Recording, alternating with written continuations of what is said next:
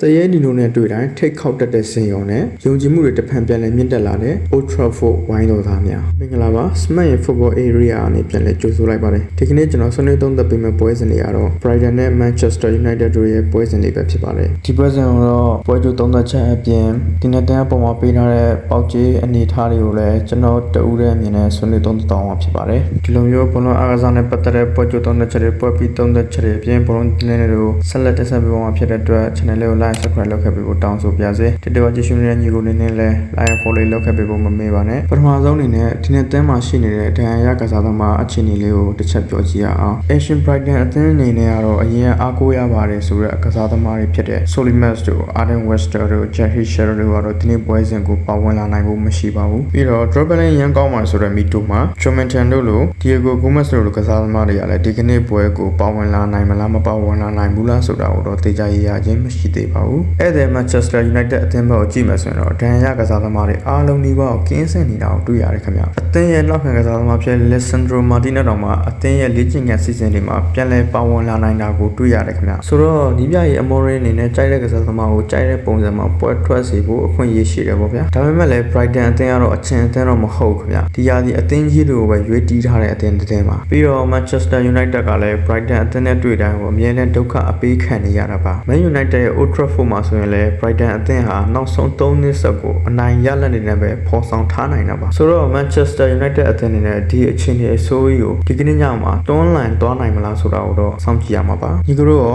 ဒီနေ့ပိုင်းမှာ Old Trafford ထိလာရောက်ပူကြနေတဲ့ Brighton သားတွေကပဲဆက်လက်နိုင်ကျင့်ပူကြအောင်မလားဒါမှမဟုတ်ပဲတရင်းတက်သားတွေကပဲတွန်းလှန်သွားနိုင်မလားဆိုတာကိုတော့ comment မှာဝင်ရောက်ဆွေးနွေးခဲ့ပါဦးဆက်လက်ပြီးတော့ကျွန်တော်သုံးသပ်ပြရမယ့်အကြောင်းအရာလေးကတော့ဒီနေ့တင်းအပေါ်မှာပေးထားတဲ့ဈေးတန်းအကြောင်းအရာလေးပေါ့ဗျာကျွန်တော်ဒီဗီဒီယိုလုပ်နေတဲ့အချိန်မှာတော့ Manchester United အသင်းဘက်ကတရေနှုတ်80ဆိုတဲ့ဈေးတန်းတစ်ခုကိုဖောက်ထားပါတယ်ဒီဈေးတန်းကတော့ fair ဖြစ်ပါတယ်အမှတ်ပေးစရာကိုကြည့်လိုက်မယ်ဆိုရင်ဒီနေ့တင်းကအပေါ်အောက်ဗျပြီးတော့ဇရာထိုက်ဘက်မှာရှိတဲ့အဆင့်2 3 4နေရာတွေနဲ့လည်းအမှတ်ကောဟောက်မှုအများကြီးရှိမနေပါဘူးဆိုတော့နှစ်သင်းလုံးဟာအနိုင်ရလက်အတွက်ကိုသာ OTB စူးစမ်းကြမှာပါ Manchester United အသင်းဘက်ကိုကြည့်မယ်ဆိုရင်တော့သူတို့ရဲ့ကစားသမားတွေရဲ့ mentality ကတော့လုံးဝအမြင့်ဆုံးရှိနေမှာတော့ကျိန်းသေးရဗျ။ဘာကြောင့်လဲဆိုတော့ Liverpool ရဲ့ Anfield လိုကွင်းမျိုးမှာတော့ Liverpool အသင်းကိုအနိုင်ရရှိထားတယ်ဆိုတဲ့ခံစားချက်တွေကကစားသမားတွေရဲ့စိတ်ပိုင်းဆိုင်ရာကိုအမြင့်ဆုံးဆွဲတင်ထားမှာပါပြီးတော့နီးပြရဲ့ Amorim ရဲ့လက်အောက်မှာ Manchester United အသင်းဟာဘတ်တူဘတ်3ပွဲဆက်တိုက်အနိုင်ရရှိတယ်ဆိုတဲ့မှတ်တမ်းကောင်းကိုပိုင်ဆိုင်ထားရှိခြင်းလည်းအခုချိန်ထိမရှိသေးပါဘူးပြီးခဲ့တဲ့အပတ်တွေက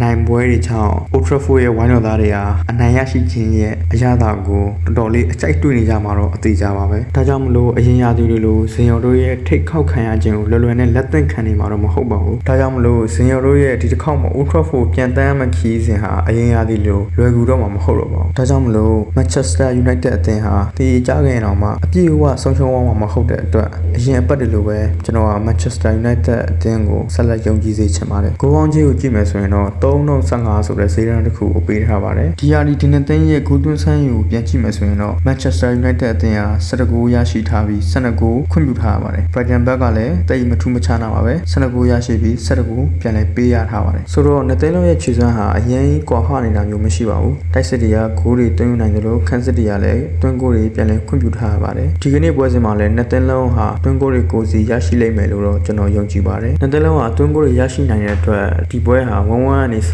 ကြည့်နိုင်ရတယ်လို့တော့ခံစားမိစေမှာပါဆိုတော့ဈေးတန်းကိုတစ်ချက်ပြန်ကြည့်မယ်ဆိုရင်3.15ပါ1-1ကနေစကြည့်ရမယ်လို့ကျွန်တော်ယူဆတဲ့အတွက်အနိုင်ရလက်အဖြစ်ပေါ်ဖို့အတွက်ဆိုရင်2-1 1-2ဖြစ်ဖို့လိုအပ်ပါတယ်ဆိုတော့ညီကိုတို့အနေနဲ့ဒီပွဲစဉ်ကိုတည်င်းကအနိုင်ရရှိမယ်လို့မျှော်လင့်ထားရင်တွင်ကို3ဂိုးပေါ်ပါလိမ့်မယ်တည်င်းကိုတည်င်းပြတ်သားတဲ့ဂိုးရလက်တွေနဲ့အနိုင်ရလိမ့်မယ်လို့တော့ကျွန်တော်မထင်မိပါဘူးဆိုတော့ဒီပွဲစဉ်ကိုကျွန်တော်အနေနဲ့3လုံးအနည်းဆုံးပေါ်မဲ့ပွဲစဉ်လို့ခန့်မှန်းထားတဲ့အတွက်ညီကိုတို့အနေနဲ့ရင်ခုန်ခြင်းနဲ့ဆိုရင်တော့15ပြရင်းပြီးအပေါ်ထိုင်လိုက်ပါဒီလိုမှမဟုတ်ပဲညီကိုတို့က risk ယူရတာသဘောကျတယ်ဆိုရင်တော့3လုံးအနှုတ်15မှာကိုအောက်ထိုင်လိုက်တာပိုပြီးရင်ခုန်စရာကောင်းပါလိမ့်မယ်ညီကိုတို့အနေနဲ့ရောဒီပွဲစဉ်အပေါ်ကိုအပေါ်ကြိုက်လားအောက်ကြိုက်လားဆိုတာကို comment မှာဝင်ရောက်ဆွေးနွေးခဲ့ပါဦးဒီပွဲစဉ်ပေါ်ဆွေးနွေးသုံးသပ်ချက်တွေကကျွန်တော်တူရဲ့ဆွေးနွေးသုံးသပ်ချက်တွေတာဖြစ်တဲ့အတွက်ညီကိုတို့အနေနဲ့အကြိုက်ဒီမှာဒါ live ပြီးဆော့ကစားဖို့ချန်ပြူပေးရစေဆုံးကြည့်ရှုပေးတဲ့အတွက်ကျေးဇူးတင်ပါတယ်